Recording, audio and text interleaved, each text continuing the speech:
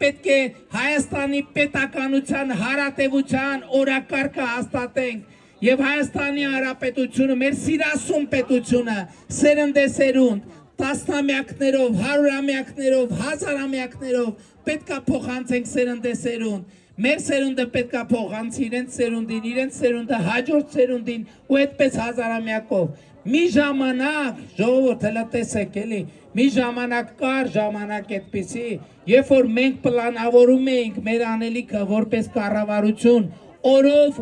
մաքսիմում շաբաթով։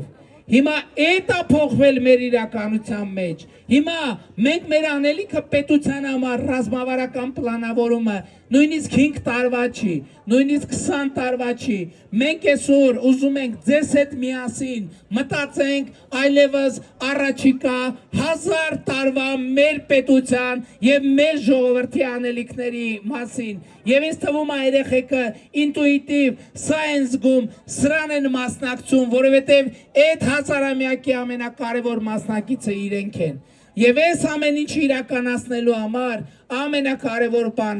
ամենակարևոր բանը, որ մենք իրար հետ պետք է անենք, եւ ամենակարևոր ասելիքը, որով ես եկել եմ ի վերջո, երբ որ 2021 թվականին ասում էի, որ ապակա կա, հիմա եկել եմ ասել ձեզ ժողովուրդ ջան, որ Հայաստանի Հանրապետությունում հաստատված է խաղաղություն, ինչի առիթով շնորհավորում եմ բոլորիդ։